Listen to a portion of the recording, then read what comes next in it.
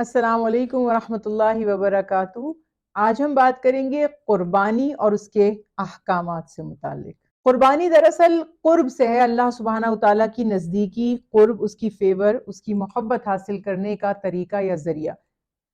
شریعت میں اللہ کی رضا کے لیے جو حلال جانور، اور خصوصاً اگر میں اپنے دین کی بات کروں، سنت ابراہیمی کی بات کروں، تو وہ جانور جو تعلیمات مصطفیٰ صلی اللہ علیہ وسلم سے واضح ہیں کہ جن کی قربانی کی جا سکتی ہے، مثلاً گائے اور اس کی تمام اقسام، بھیڑ بکرے ان کی اقسام، اونٹ ان کی اقسام، یہ وہ جانور ہیں جو اللہ کی رضا کے لیے ایام النحر جنہیں کہا گیا، 10، 11 اور 12، 3 تاریخوں میں اللہ کی رضا کے لیے ان جانوروں کو قربان کرنا، ذبح کرنا، یہ قربانی کہلاتا ہے۔ اور آپ صلی اللہ علیہ وسلم سے جب پوچھا گیا کہ یہ قربانیاں کیا ہیں، تو آپ صلی اللہ علیہ وسلم نے فرمایا کہ یہ ابراہیم علیہ السلام کی سنت ہے، اور اس کا اجر اتنا زیادہ ہے کہ اس کا خون تمہارے خون کے لیے، اس کے بال تمہارے بالوں کے لیے، اس کا گوشت تمہارے گوشت کے لیے، اس کی ہڈیاں تمہاری ہڈیوں کے لیے، الغرض کے پورا وہ جو جانور قربان کیا تمہارے لیے وہ فدیہ ہے، تمہیں کفایت کرتا ہے، اللہ کی رضا حاصل کرنے کا ذریعہ۔ اور آپ نے اپنی پیاری بیٹی حضرت فاطمہ الزہرا سلام اللہ علیہا سے فرمایا کہ اے فاطمہ، جب آپ کی قربانی پیش کی جائے اس کے سامنے کھڑے ہو جائیں، کیونکہ قربانی کے جانور کا پہلا قطرہ خون کا ابھی زمین پر گرا نہیں ہوتا کہ اللہ سبحانہ وتعالی قربانی پیش کرنے والوں کے گناہوں کو بخش دیتے ہیں۔ دیکھیں، قرض جو ہے اسلام میں اس کو پسند نہیں کیا گیا، لیکن بہرحال اگر مجبوراً قرض لینا پڑ جاتا ہے تو تعلیمات مصطفیٰ صلی اللہ علیہ وسلم یہ ہیں کہ جلد از جلد قرض کی ادائیگی کا بندوبست کیا جائے۔ اب ایک شخص اگر مقروض ہے، اگر تو اس کا کوئی ٹائم طے ہوا ہے کہ میں نے فلاں شخص کا قرض اتنے عرصے میں واپس کرنا ہے، یا کچھ اداروں سے قرض لے لیا جاتا ہے جو ہمارے بینکاری کے معاملات ہیں، وہ بہرحال ایک الگ ڈیبیٹ ہے، تو وہ معاملات الگ ہیں۔ لیکن اگر آپ نے کسی انڈیویجول سے قرض لے رکھا ہے، وہ منتظر ہے کہ آپ اس کا قرض واپس کریں، آپ قرض کی ادائیگی کی فکر نہیں کرتے، اور قربانی جو کہ آپ پر واجب بھی نہیں تھی، سنت ہے نا، سنت ابراہیمی ہے، بے پناہ اجر و ثواب کا باعث ہے، لیکن فرض نہیں ہے، تو آپ ترجیح دیجئے کہ جلد از جلد جس کا قرض آپ نے لے رکھا ہے اس کو ادا کیا جائے۔ اگر انڈرسٹینڈنگ ایسی ہے کہ آپ نے اس سے وقت لے رکھا ہے اور آپ کا معاملہ طے ہو چکا ہے، پھر آپ ثواب اور فضیلت قربانی کی پیش نظر رکھتے ہوئے قربانی پیش کر سکتے ہیں، مگر یاد رکھیے کہ جو چیزیں واجب ہوتی ہیں، فرض ہوتی ہیں، ترجیح ان کو دی جاتی ہے، اور قرض ادا کرنا ہماری فرسٹ پرائیورٹی ہونی چاہیے۔ اس کے علاوہ باقی جو نفلی عبادات ہیں وہ بعد کی بات ہے۔ دیکھیے، جب ایک شخص قربانی کا جانور خریدنے جاتا ہے تو تعلیمات مصطفیٰ صلی اللہ علیہ وسلم یہ ہیں کہ ہم جانور چونکہ اللہ کی رضا اور قرب پانے کے لیے قربان کر رہے ہیں، تو اپنے اندازے اور اپنی وسعت اور گنجائش کے مطابق ہمیں بے عیب بہترین جانور اپنی کیپیسٹی میں، جتنا آپ کے فائنینشیل ریسورسز ہیں، بہترین جانور کا انتخاب کرنا چاہیے۔ اور اس سے یہ بھی پتہ چلتا ہے کہ جانور بے عیب ہو، یعنی اس میں کوئی معذوری نہ ہو، لنگڑا نہ ہو، کانا نہ ہو، اس کو کوئی، یعنی کوئی بھی اس کو ایسا عیب یا مرض نہ ہو کہ آپ نے دیکھا ہوگا جب قربانی کا جانور آتا ہے لوگ دیکھنے آتے ہیں۔ میں ایک اس کا کرائٹیریا بتاتی ہوں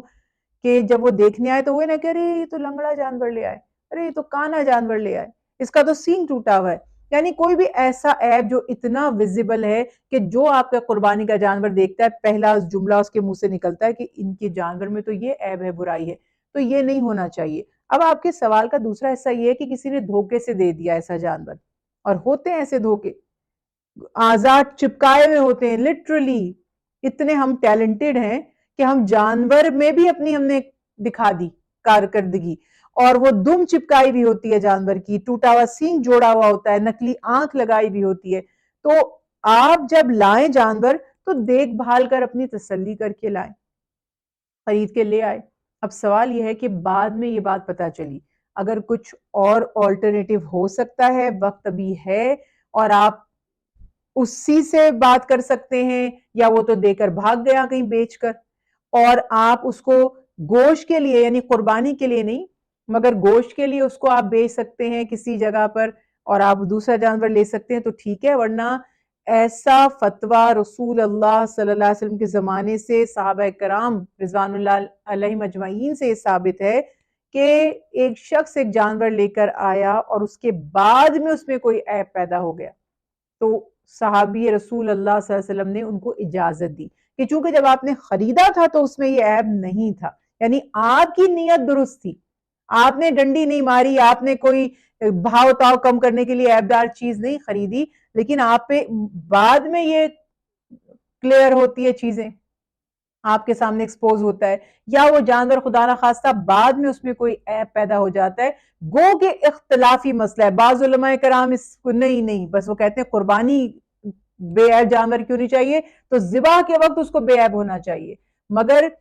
دیکھیے دین اسلام دین فطرت ہے، اور اللہ ہمارے لیے فرما رہے ہیں کہ میں تمہارے لیے آسانی چاہتا ہوں، تنگی نہیں چاہتا، اور فرما رہے ہیں میں تمہاری نیت دیکھتا ہوں، نہ تو تمہاری قربانی کا گوشت اور نہ خون مجھے پہنچتا ہے، مجھے تو تمہارے دلوں کا تقویٰ پہنچتا ہے۔ تو آج کل تو ویسے جانور اتنے مہنگے، اب ایک شخص شوق سے جذبے سے جانور لے کر آتا ہے اور بعد میں اس میں کوئی عیب ہو جاتا ہے، یا خدا نہ خواستہ اس کا عیب کھل جاتا ہے اور اس کے پاس اب کوئی چوائس نہیں ہے، وہ اللہ کی رضا کے لیے اس کو قربان کرے، انشاءاللہ اللہ تعالیٰ کا تقرب اس کو ضرور حاصل ہوگا۔ یہ تو اتنی خوفناک بات ہے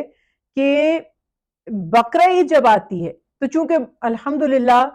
ایک کثیر تعداد قربانی مسلمانوں کی پیش کر رہی ہوتی ہے، تو آپ کو پتہ ہی ہے اوبویسلی جو قصائی ہیں ان کی شارٹیج ہو جاتی ہے، اب کتنے قصائی کہاں کہاں جائیں گے، تو ہر بندہ قصائی بن جاتا ہے۔ میری گزارش یہ ہے، اور تھوڑا آپ بھی خیال کیجئے کہ جس سے آپ پہلے سے بات کر لیں وہ اس اناڑی سے بھی آپ بات کر لیں کہ تھوڑا سا دیکھ لو، قصائیوں کے ساتھ تھوڑا اٹھ بیٹھو، 2 دن لگا دو۔ آج کل تو ہم ہر چیز یوٹیوب پہ دیکھ لیتے ہیں نا، گوگل کر کے دیکھ لیں بھائی گوشت کیسے بناتے ہیں، کیسے ذبح کرتے ہیں جانور کو۔ ایک بچپن کا ہمارا واقعہ آج تک ہم یاد کر کے ہنستے ہیں کہ ویسے اناڑی قصائی تھے تو انہوں نے گائے کو کاٹ کر ٹانگا ہوا تھا کھال اتارنے کے لیے۔ اب ہو سکتا ہے آپ میں سے کسی کو پتا بھی نہ ہو کہ یہ ایک مزاحیہ بات ہے، کیونکہ گائے کو ٹانگا نہیں جاتا کھال اتارنے کے لیے، بکروں کو ٹانگا جاتا ہے۔ تو کہنے کا مقصد تھا ایسے، اور اتنے عجیب طریقے سے گائے کی قربانی کی جا رہی تھی، 2-3 دفعہ ہمارا ایسا اتفاق ہوا، اتنا دل خراب ہوا ہے۔ حدیث مبارکہ میں ہے تیز دھار چھری ہو، ایک جانور کو دوسرے جانور کے سامنے مت کاٹو، جانور کو اچھی طرح اس کے ہاتھ پاؤں کو باندھ لو، اور اس کی گردن ایک دم سے 2-3 اناڑی کسائی نے گردن الگ ہی کر دی، بالکل کاٹ کر، شہرک کاٹی جاتی ہے، گردن کو بالکل الگ نہیں کر دیا جاتا۔ تھوڑی سی آپ کو بھی دیکھیں، آپ اللہ کی رضا کے لیے قربانی کر رہے ہیں، پیسہ تو خرچ کر رہے ہیں نا، تو تھوڑا کیئرفل رہیں۔